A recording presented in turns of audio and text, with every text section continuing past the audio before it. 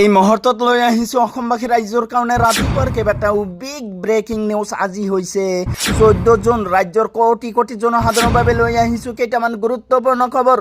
PM Kisan আঁচনিৰ অধীনত ধন লাভ কৰা কৃষকসকলৰ বাবে আহি গ'ল জৰুৰী নিৰ্দেশনা। 23 নং কিস্তি ধন লাভ কৰিবলৈ শীঘ্ৰেই কৰক এইকেইটা জৰুৰী কাম। এইকেইটা কাম নকৰিলে বঞ্চিত হ'ব পৰৱৰ্তী কিস্তিৰ ধন লাভ কৰাৰ পৰা। কি কাম কৰিব লাগিব সবিশেষ লৈ আহিছোঁ আজিৰ ভিডিঅ'ত। অসমত আৰম্ভ হ'ব লোকপিয়ল গণনা। কেতিয়াৰ পৰা আৰম্ভ হ'ব লোকপিয়ল? কি নথি পত্ৰৰ প্ৰয়োজন হ'ব? সাজু কৰি ৰাখক যাৱতীয় নথি পত্ৰ। ভুল তথ্য নিদিব, ভুল তথ্য দিলেই পৰিব ডাঙৰ বিপদত। আৰু কি নথি পত্ৰ সাজু কৰিব সবিশেষ লৈ আহিছোঁ আজিৰ ভিডিঅ'ত।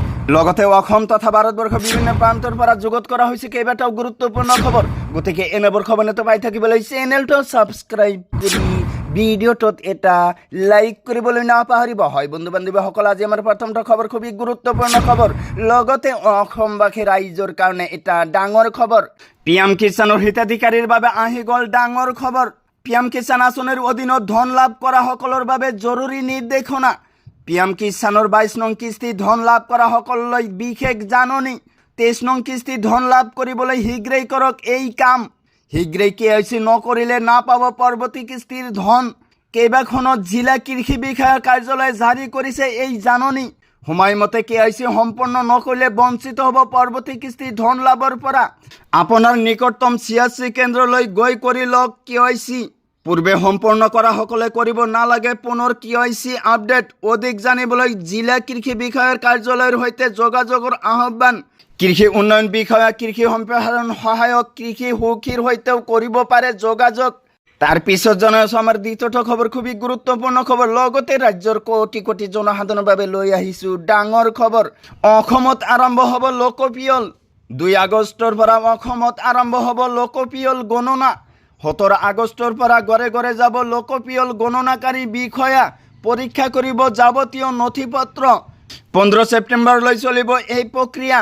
কি নথি পত্ৰৰ প্ৰয়োজন হ'ব? প্ৰায় 85,000 কৰ্মী নিয়োজিত কৰা হৈছে এই প্ৰক্ৰিয়াত। লোকপিয়ল সন্দৰ্ভত জুনত আৰম্ভ হ'ব গণনাকাৰী বিষয়াৰ প্ৰশিক্ষণ।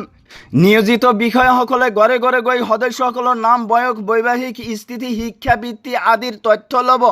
তথ্যৰ সত্যতা আৰু সঠিকতা নিশ্চিত কৰিবলৈ প্ৰতিটো পৰিয়ালৰ সদস্যৰ যাৱতীয় চৰকাৰী নথি পত্ৰ পৰীক্ষা কৰিব। সাজু কৰি ৰাখক প্ৰয়োজনীয় নথি পত্ৰ।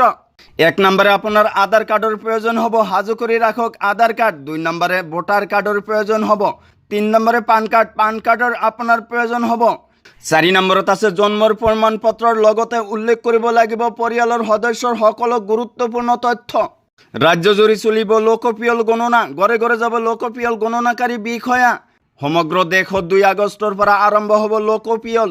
17 আগষ্টৰ পৰা ঘৰে ঘৰে যাব গণনাকাৰী বিষয়া। 15 ছেপ্টেম্বৰ পৰ্যন্ত চলিব লোকপিয়ল।